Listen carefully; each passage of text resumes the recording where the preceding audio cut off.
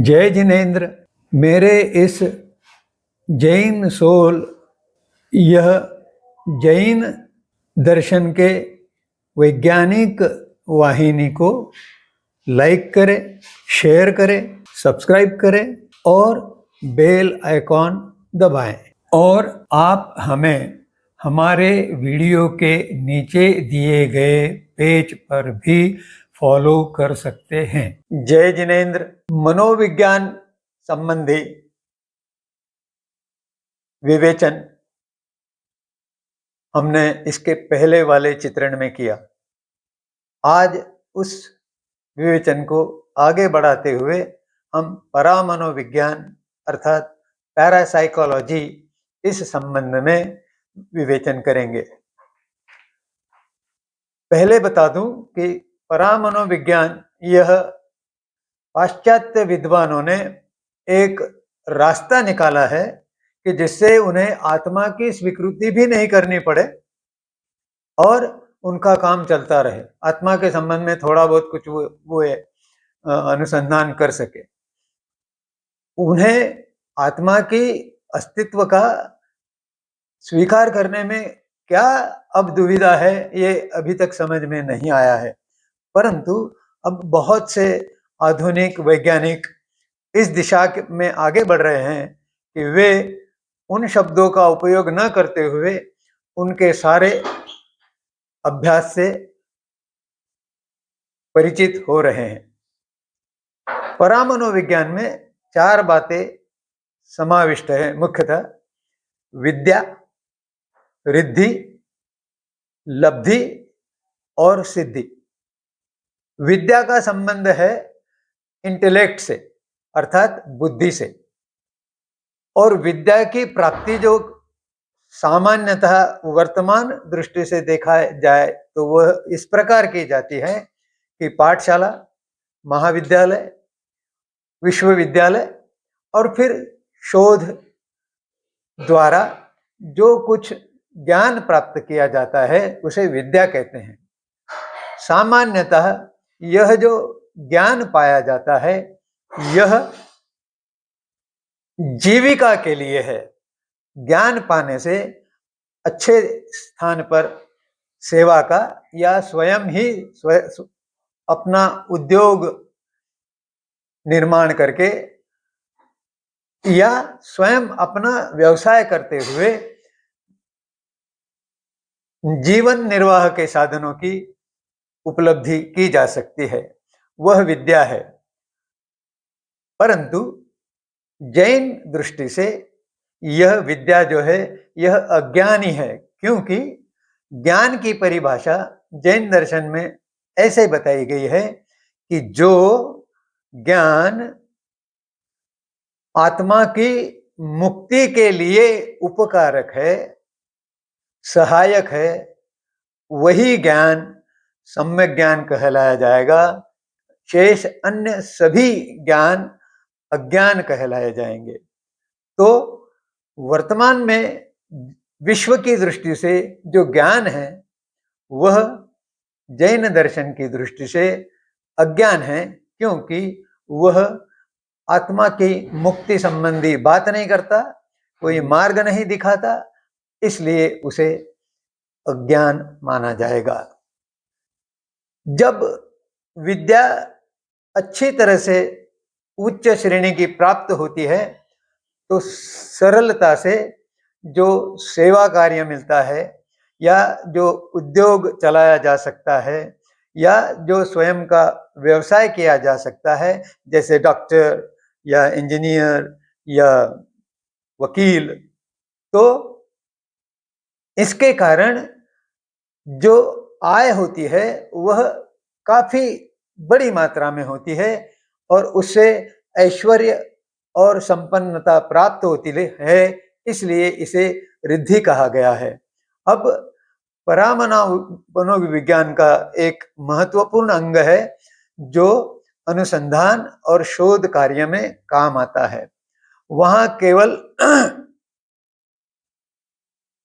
Conscious अर्थात चेतन, भौतिक चेतन जो है वही काम नहीं करता, क्योंकि जब कोई शोध कार्य किया जाता है, अनुसंधान किया जाता है, तो मस्तिष्क के परे जो शरीर में चेतना के कारण, कॉन्शियसनेस के कारण सबकॉन्शियस और अनकॉन्शियस और अन्य स्तर कॉन्शियसनेस के उपलब्ध है, वे सक्रिय हो जाते हैं और उनके सक्रियता का ही जो अभ्यास है वह परामनोविज्ञान है, यानी मन के विज्ञान से और परे और भीतर।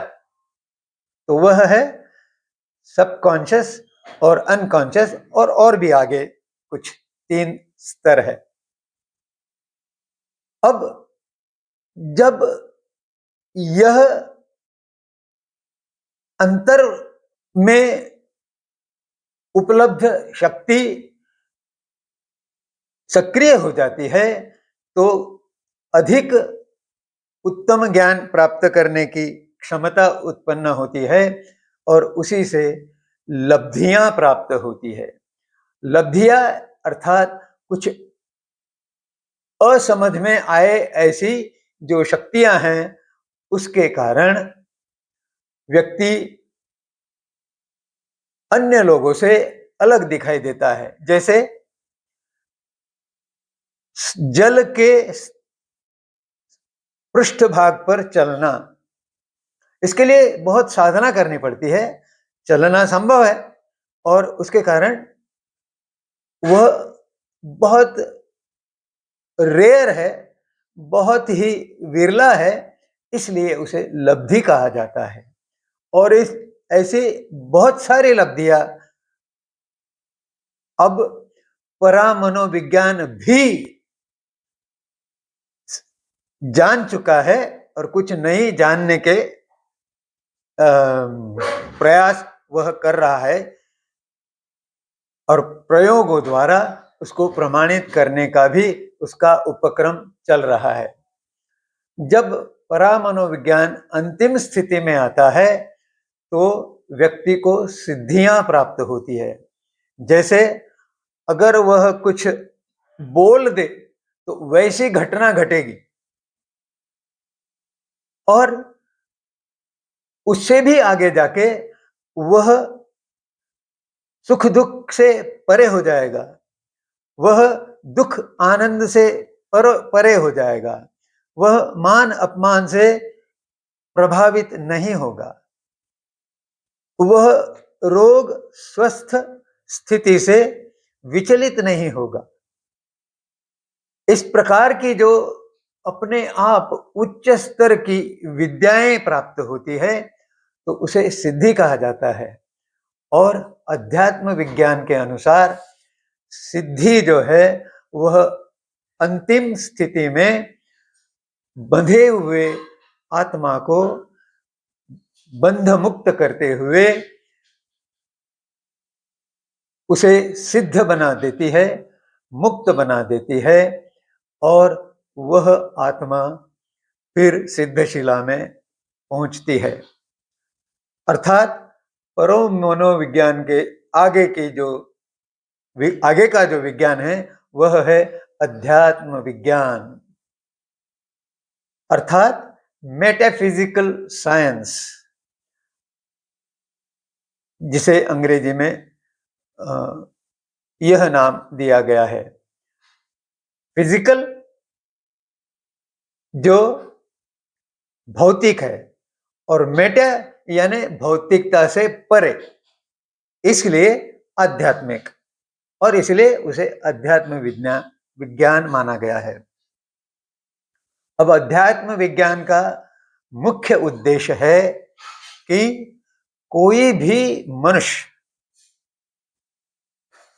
या स्त्री अपने क्षमता के अनुसार, सुविधा के अनुकूल,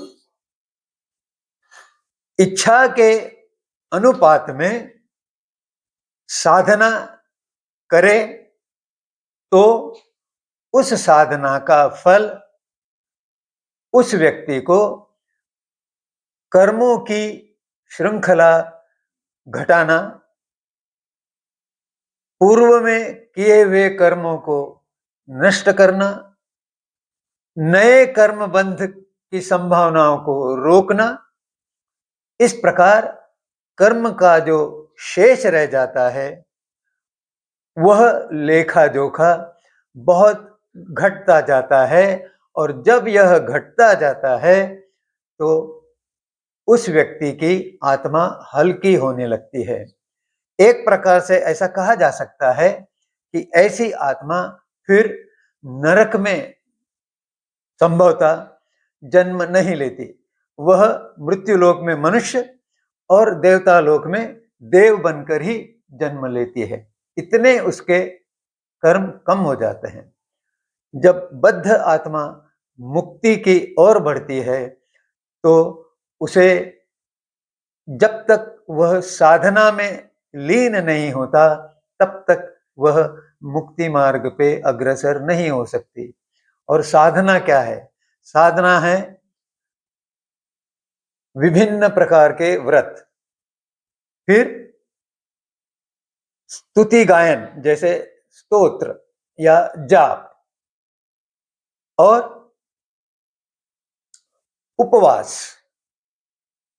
और क्रिया जैसे सामायिक और प्रतिक्रमण और ध्यान। ये विभिन्न प्रकार के जो आयाम हैं, इनके कारण नए कर्मों का प्रवाह, जिसे अध्यात्म विज्ञान में आश्रव कहा गया है, वह रुकता है। संवर इस प्रवाह को रोकने की स्थिति को कहा गया है, और निर्जरा अर्थात जो बंधे हुए कर्म हैं वे टूट जाते हैं। उन बंधनों से व्यक्ति मुक्त हो जाता है। इस प्रकार जब कर्म बंध का भार कम होता है तो आत्मा मुक्ति मार्ग पर तेजी से चलते हुए मोक्ष प्राप्त कर लेती है, और फिर निर्वाण स्थिति में सिद्धशिला में पहुंच जाती है। विवेचन यहीं पर समाप्त करते हुए आपसे नम्र निवेदन है कि अपनी जिज्ञासाओं को कमेंट सेक्शन द्वारा मुझे भेजकर उसका निराकरण करें। जय जिनेंद्र।